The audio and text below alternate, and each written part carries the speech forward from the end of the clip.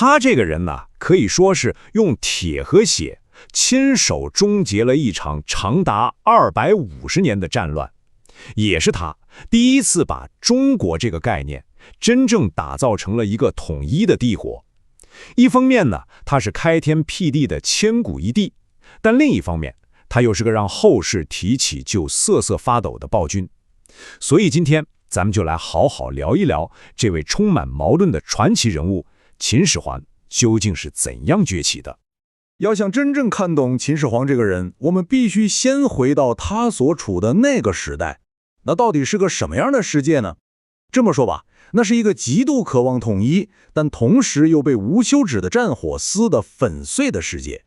中国是一个长达250年的战场，这句话可以说是当时最真实、最残酷的写照了。大家可以想象一下，超过2个半世纪是什么概念？这意味着好几代人从出生到死亡，眼睛里看到的，耳朵里听到的，就只有一件事：打仗，无休止的打仗。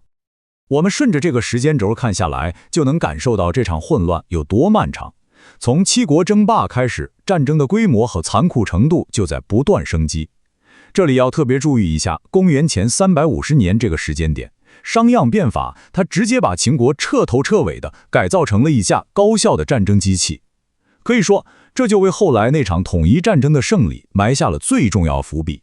你想啊，在这样一个只知道战争的时代，人们对和平的渴望得有多么强烈？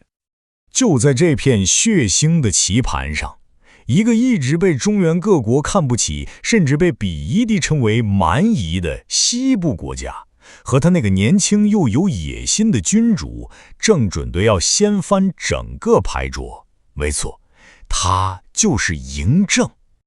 那么秦国和其他国家到底有什么不一样呢？你看这个对比可以说是一目了然了。一边是讲求贵族礼仪，有着几百年传统的六国，而另一边呢是个彻头彻尾的异类秦国。他们极其务实，冷酷无情，整个社会从上到下就是为战中服务的，权力高度集中。而恰恰是这种被对手看不起的所谓野蛮，最终反而成了他们最致命的武器。好了，接下来我们就来深入挖一挖秦我取得胜利的核心蓝图。大家要记住，这可不单单是一场军事上的胜利，它更是一场从根基上颠覆了当时一切社会规则和思想的一场彻彻底底的革命。秦国成功的秘诀其实就藏在这2个字里：法家。这是一种非常冷酷的政治哲学，它的核心思想说白了就是简单粗暴，国家权力至高无上，社会的秩序不是靠道德教化，而是靠严苛到不近人情的法律和酷刑来维持。在这种思想下，你个人的感受，你的意志，在强大的国家机器面前都得让路，甚至可以说根本不值一提。那么，法家思想具体是怎么操作的呢？我们来看秦国的这个制胜4步法。第一步，废除分封制，所有土地和权力都归国家，贵族说了不算。第二步，用严苛的法律和刑罚来制造一种恐惧感，从而建立绝对的秩序。第三步呢，只奖励2种人，农民和士兵。为什么呢？因为在他们看来，只有这2种人能让国家变强。那第4步也就很自然了，惩罚商人和学者。因为在一个一切为了战中的国家里，独立的思想和商业活动都被看作是破坏稳定、威胁国家控制的危险品。法家的代表人物韩非子有句话，可以说是对这种理念最赤裸裸的总结了。他说，在一个治理的好的国家里，惩罚要多，奖励要少。这话听起来是不是让人有点不寒而栗？但它恰恰就点明了秦国崛起的核心，为了绝对的秩序和力量，可以牺牲掉一切人性和温情。好了，有了这样的思想和制度作为武器，秦国的战争机器现在是马力全开。接下来这10年，我们将会看到历史上最迅猛也是最残酷的一场征服风暴。公元前230年，统一战争的大幕正式拉开。第一个倒下的是当时最弱小的韩国。仅仅2年之后，秦军的兵锋就指向了赵国。曾经那么强大的赵国也轰然倒塌。到了公元前225年，秦军更是展示出了他们可怕的决心。为了攻下魏国的都城，他们竟然直接挖开黄河大堤，用洪水淹没了整座城，魏国就这么被灭了。再接下来，公元前223年，轮到了最强大的对手楚国。即便是国土辽阔、兵力雄厚，但在付出了极为惨重的代价之后，楚国最终也只能向秦军投降。就这样，到了公元前221年，天下就只剩下最后一个齐国了。面对秦国那股势不可挡的黑色洪流，齐国上下已经彻底丧失了抵抗的勇气，选择了不战而降。